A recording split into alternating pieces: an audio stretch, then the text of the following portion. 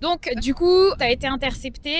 Est-ce que tu peux nous raconter un peu comment ça s'est passé, l'interception? Bah écoute, donc c'était vers 9 h du soir. Donc moi j'étais sur Bianca, on était en tête de flottille et c'était mon cas. Et donc le capitaine qui me dit, mais Mohamed, est-ce que tu vois ce que je vois? Je regarde comme ça, il y avait trois bateaux, trois Zodiacs qui étaient donc tout feu éteint et qui étaient à peu près 100 mètres de nous. On a tout de suite donc donné l'alerte par la radio. Et on a commencé à mettre en œuvre donc le protocole. On a donc réveillé nos camarades qui étaient donc au repos et aussi donc ramasser les téléphones et ramasser la tablette et les jeter. Ça nous a pris à peu près 1 minute et 2 minutes après, ben, il y avait les Israéliens qui ont allumé des sortes donc de lasers verts et puis après un gros projecteur et on les voyait aussi avec les fusils, avec les petits points rouges là qui nous visaient et donc ils ont sauté sur le bateau. Et nous, on était donc assis comme donc c'était prévu dans notre entraînement. Et donc la question aussi qui vient à chaque fois, qui est le capitaine, qui est le capitaine? Et donc on a dit évidemment qu'on n'a pas de capitaine et qu'on était donc au pilote automatique. Nous avons compris tout de suite que c'était donc l'armée israélienne parce que donc ils étaient harnachés, ils avaient le casque, il y avait donc les fusils et ils nous posaient les questions qui étaient donc attendues et ils nous ont demandé donc d'aller en tête donc sur le pont en tête du bateau. Là, il y avait déjà deux qui nous attendaient, ils nous ont fouillés, ils nous ont demandé donc d'enlever les survêtements et donc sur le pont avant du bateau, ils nous ont attachés, donc les mains derrière le dos, et ils nous ont dit donc de se maintenir avec le front contre le pont. Et donc là, ça a pris à peu près, on va dire, une dizaine de minutes, le temps pour eux de descendre dans le bateau, de le fouiller. Et puis après, ils sont revenus nous voir et nous ont dit donc de descendre dans le bateau, de récupérer un sac chacun et de récupérer nos passeports. Et pendant ce temps, donc, on les a vus en train donc, de s'acharner contre le navire. Ils sont rentrés dans le compartiment moteur et ils sont en train donc, de taper dessus, de casser des choses. Et puis après, donc, il y a un Zodiac israélien qui est venu et ils nous ont transférés dessus. Et après, ils nous ont amenés vers donc, un énorme bateau qui ressemble à un bateau de transport de troupes.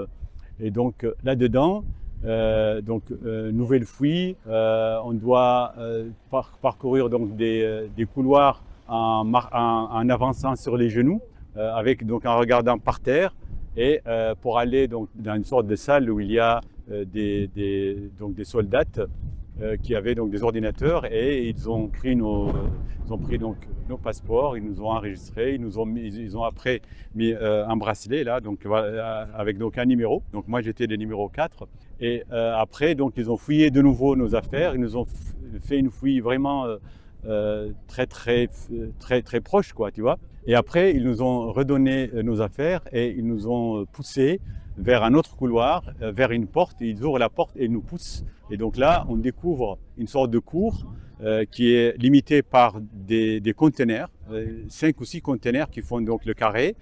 C'est des conteneurs énormes, peut-être 3 ou 4 mètres.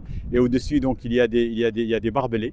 Et il y a de part et d'autre donc des soldats, des sortes donc de points de sortes de vigies, quoi, tu vois, des miradors. Et donc, il y a cette cour-là, et il y a peut-être 5 ou 6 conteneurs, dont 3 donc ont une porte. Et donc, ils nous ont demandé de rentrer dans ce conteneur. Donc, moi, j'étais donc le quatrième, ça veut dire que donc il y avait 3 personnes devant moi.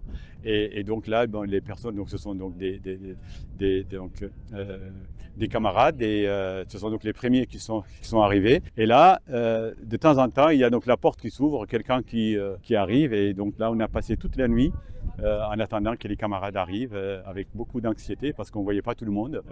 Parce que donc voilà, donc on connaît un peu tout le monde. Et donc là, c'est là qu'on a compris que toute la flotte n'était pas là. Mais ce qui nous rend anxieux, c'est qu'on ne savait pas ce que deviennent nos camarades.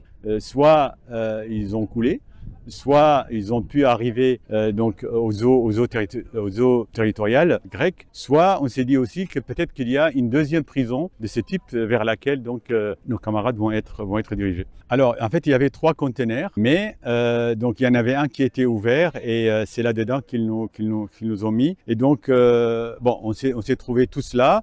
Et évidemment, donc, on a commencé aussi à chanter, donc Free Palestine, donc tous les chants que tu connais. Et donc ça les énerve un peu, mais bon, ils manifestent pas trop. Ils braquent sur nous donc les projecteurs. Et le lendemain, très tôt, ils ont fait une descente.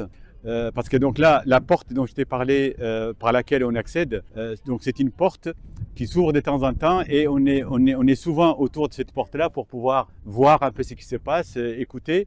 Et donc là, de temps en temps, il y a la porte qui s'ouvre et il y a une descente de 5 ou 6 soldats qui commencent à taper sur les gens et qui attrapent un ou deux et qui les amènent.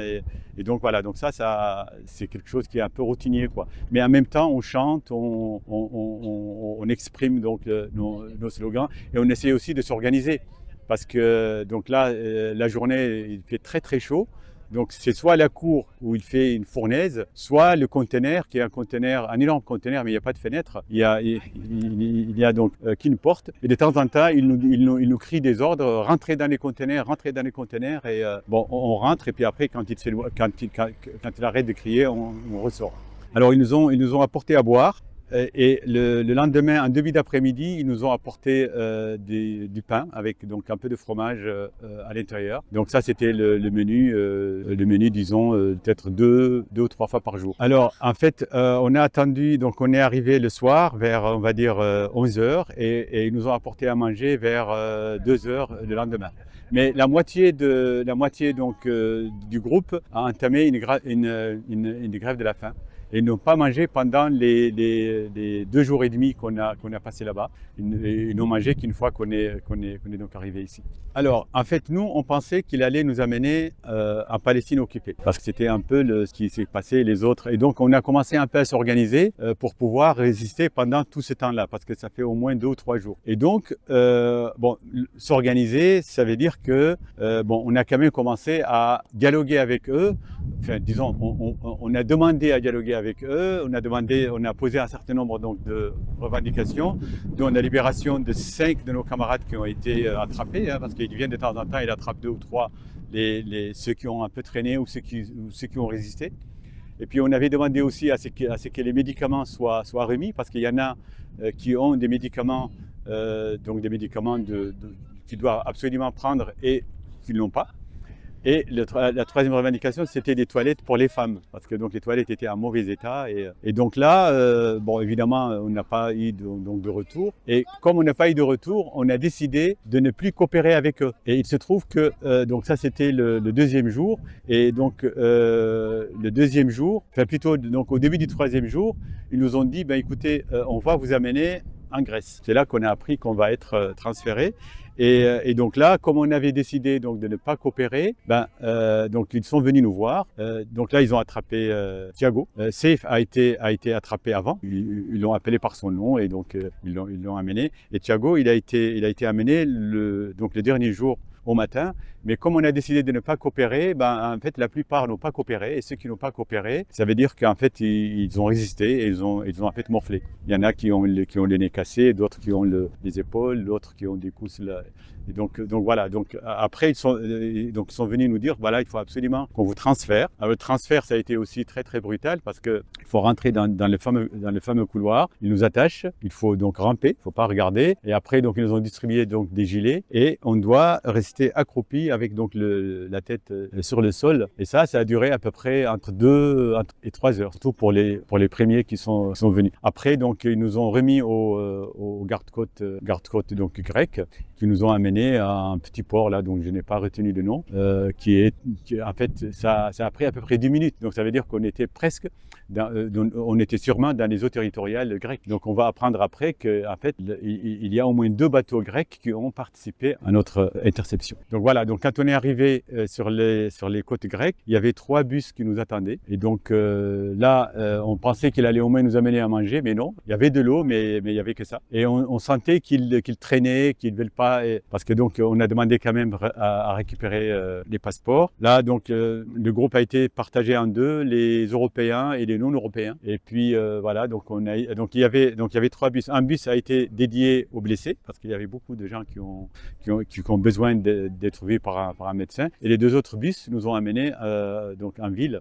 Alors, on a demandé à aller donc à l'aéroport parce que c'est le point où il est plus facile de se voir. Et puis aussi, s'il y en a qui veulent repartir, ça sera plus facile. Mais ça a pris très très longtemps et on a compris qu'en fait, parce qu'il y avait donc les policiers qui nous accompagnaient, on a compris qu'ils voulaient nous faire perdre du temps pour qu'on arrive très tard à l'aéroport parce qu'à l'aéroport, donc la population, les sympathisants aussi qu'on devait venir et nous attendaient. Donc ils nous voyaient eux aussi. Donc le bus allait un peu partout et on a compris que c'était pour qu'on fasse perdre du temps. Et au dernier moment, ils se sont arrêtés soi-disant pour nous amener à manger et on est descendu et on a fini donc le trajet à pied. On a fait 3 km à pied. Et figure-toi que donc les gens qui ont fait la grève de la faim, qui n'avaient pas mangé pendant 3 jours et qui ont fait 3 km pour arriver à l'aéroport. Donc là, quand on est arrivé à l'aéroport, il y avait beaucoup de monde et il y avait aussi les représentants des consulats. Et donc on a pu rentrer en contact avec nos familles. La France aussi, tout à fait. Il y avait donc la consul honoraire. Il y avait aussi le représentant de consulat. En tout cas, pour le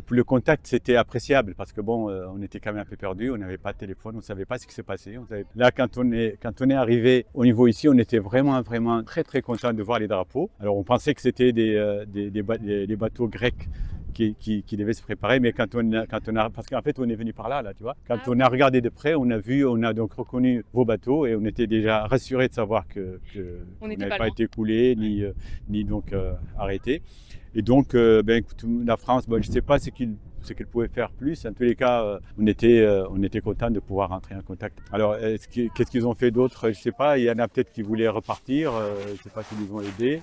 Là, aujourd'hui, donc, je sais que la GSF est rentrée en contact avec la délégation et on a demandé à ce qu'on puisse avoir donc des téléphones parce que donc finalement les sacs qu'ils nous ont fait préparer, ils les ont gardés. Donc les vêtements, les équipements, tout ça. Donc voilà, ça a été un peu bon. Dans tous les cas, on a compris que l'objectif c'était déjà donc d'arrêter Saïf et puis aussi de commencer à tailler dans la flottille parce qu'ils pensent que si toute la flottille se réunit, ça va faire plus d'une centaine de bateaux et ça va dépasser leur capacité d'interception. Et donc ils veulent casser donc la flottille, mais bon, ça va pas marcher parce que la flottille va repartir. Et la plupart donc de ceux qui ont été interceptés vont repartir aussi. Et donc on va aller en Turquie et de la Turquie on va aller, Inch'Allah, à Gaza. Les citoyens français, c'est tout simplement que voilà une cause qui mérite d'être soutenue. Je sais que les Français sont pour cette cause. Je vois que le gouvernement, si je compare avec le gouvernement espagnol et le gouvernement italien, il y a quand même beaucoup de retard. Il y a beaucoup de retard. La mobilisation, disons l'implication de la France dans cette cause, disons laisse à désirer.